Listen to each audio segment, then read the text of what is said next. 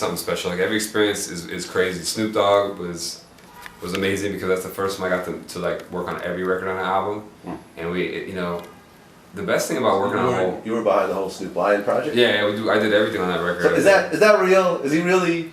You gotta along watch with Snoop Dogg. You gotta have. Oh, he's never gonna like leave his hip hop roots, but he's an adult. You know, he wants to make an adult record, and that's like a logical progression. I think with rappers especially, it's hard.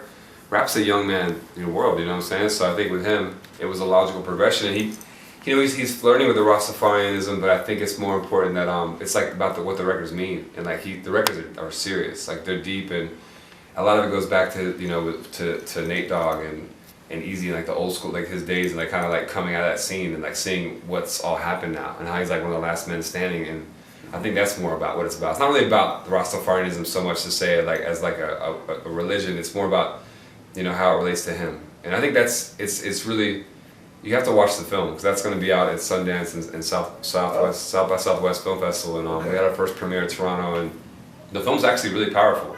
And when you watch the film, that album makes sense. Like I feel like for a lot of people, they can't digest that Snoop's a Rasta, he's making reggae music. It does seem pretty cheesy right off the bat, but when I was working down there, we were like, I took the job because I was like, damn, I know we can do this record, and I know that Major Lazer, my reggae project, can go so far, but like Snoop can take actually reggae music to mainstream way further than I could ever do it because he is such a big star and such a big brand that I just thought it was a great idea. I didn't believe it at the beginning, and we started talking to him and meeting with him, and it's just, the chemistry was crazy, and the way he gets respected in Jamaica is nuts. Like everybody was down. We got everybody from like Damien to take us to the parties, Bunny Wailer's on the record, one of the original Wailers, like Bob Marley's partner. So we tracked them, down in Port Antonio, and the whole record is like 17 records. We got crazy features on the record.